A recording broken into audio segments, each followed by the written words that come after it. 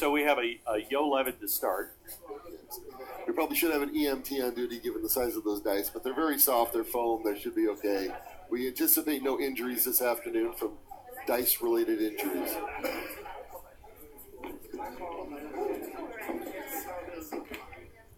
So 11's going to produce a chunk of wood and clay, so the road ingredients are right underway. So our next roll is an 8.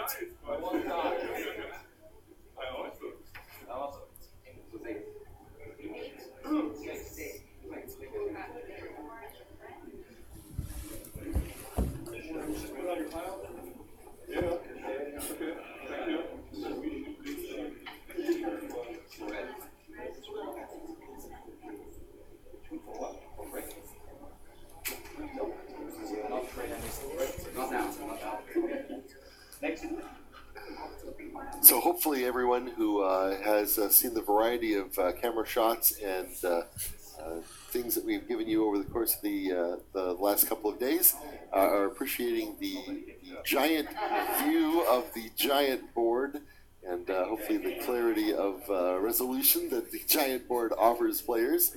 Makes it a little easier to see at least the spots there on the board.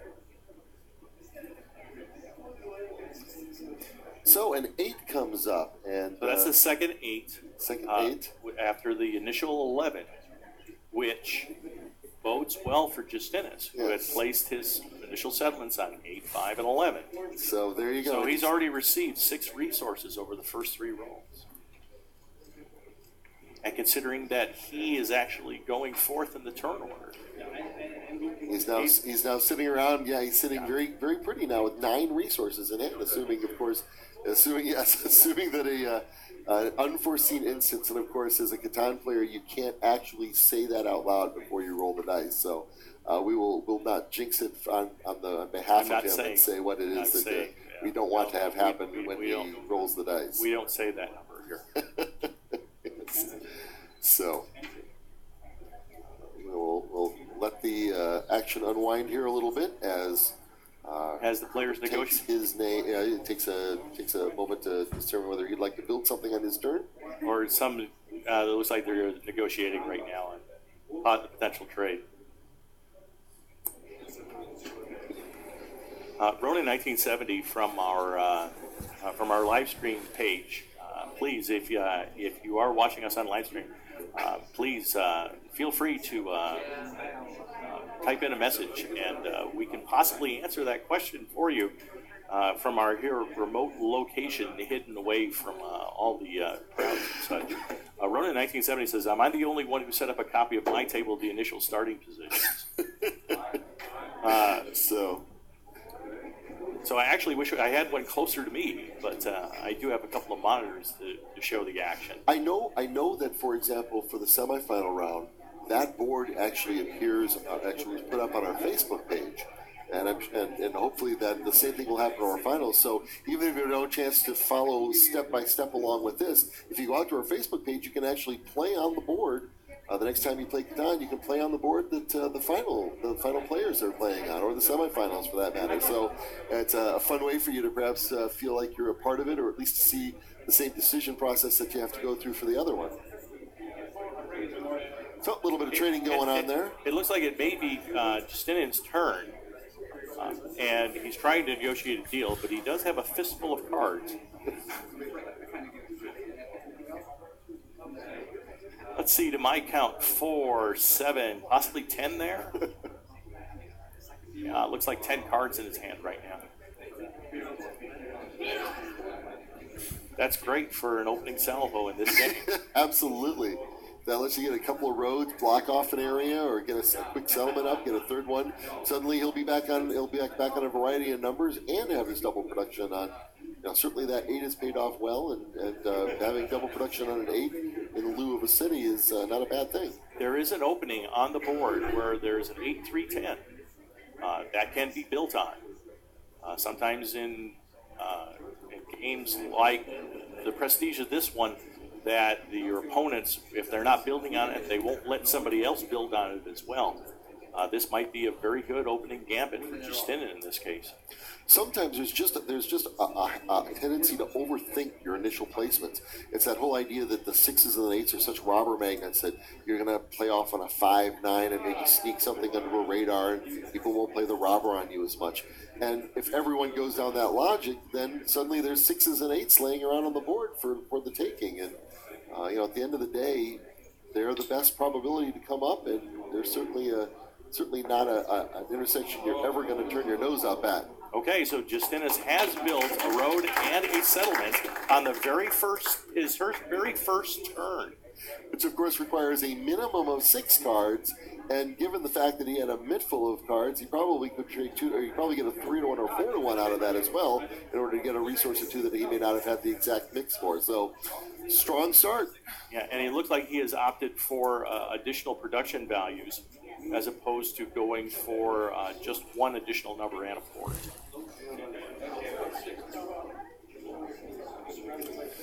So we're back to the top of the lineup, and Reiner's going to take a roll here. We'll see what's up with that.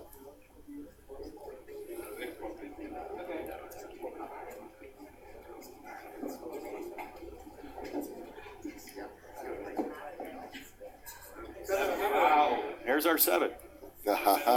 Very first 7 of the game. And then, of course, let's see where that rubber goes. My bet is on the 5, that clay 5, that Justinas has built around twice now.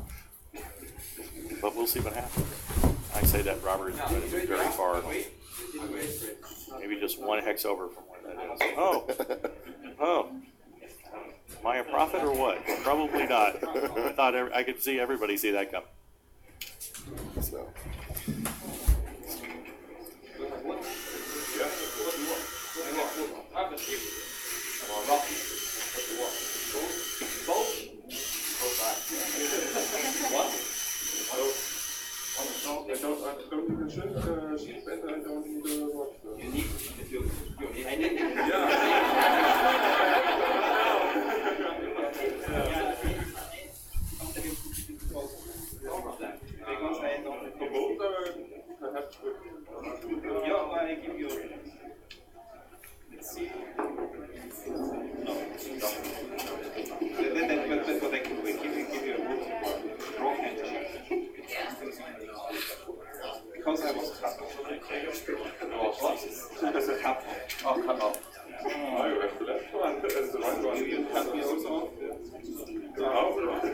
And I'm already gone in this game. I was like to see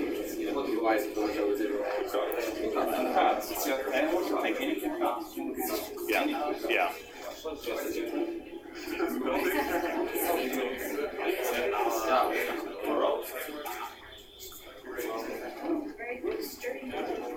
Side. Yeah.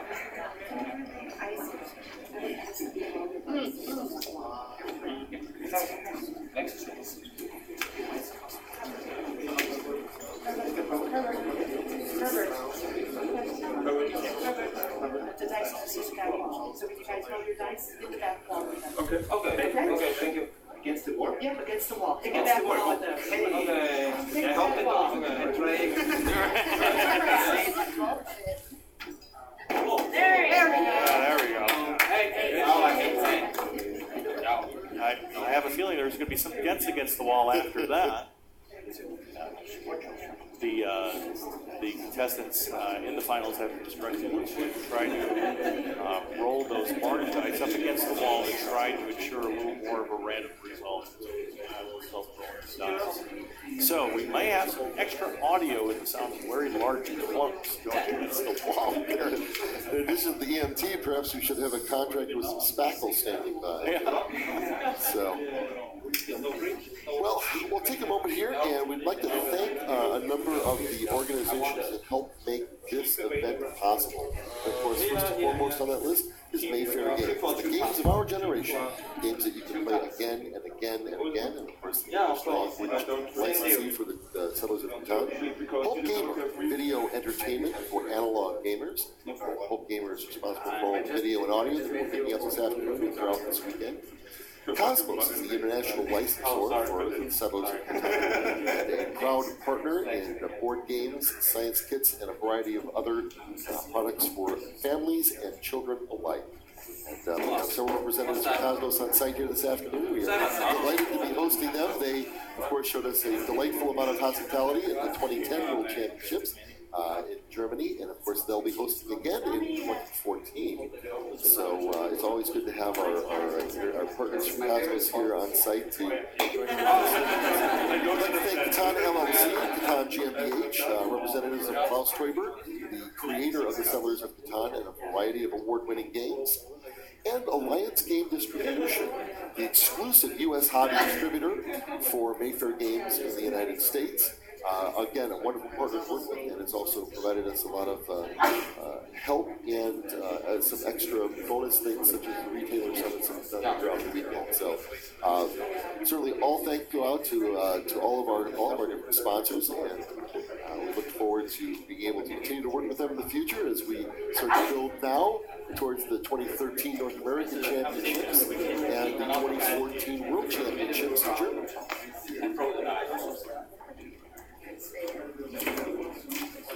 So jumping back onto the action on board one. Yeah, that's it. The thunder rolls as the dice does.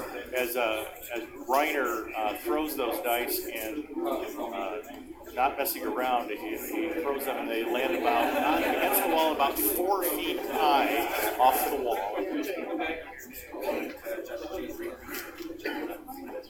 I need what? I need 4. 1 4, 1 10, 1 4, 1 more. Good.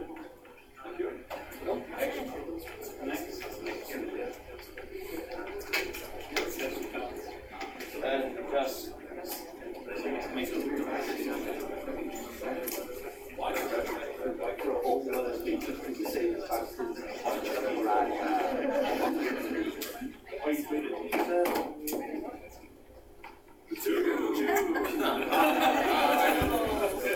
This might be a little bit of a stretch, but I think a 2 was wrong.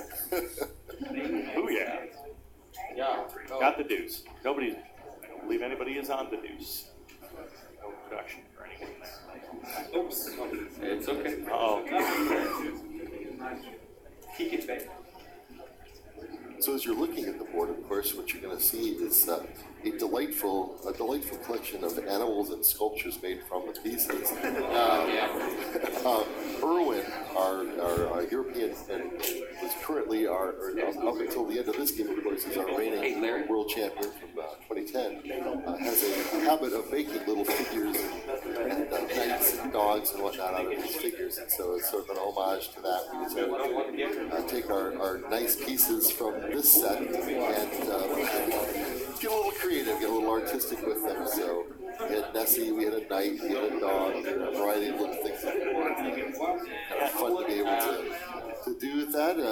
I still say he's probably the most creative of any of those the piece sculptures that we've had. Usually people are just trying to stack them as high as you can, but certainly he enjoys his little figures. And we might be able to get a close-up of those figures as they, of course, being dismantled by the participants as they need their settlements and cities.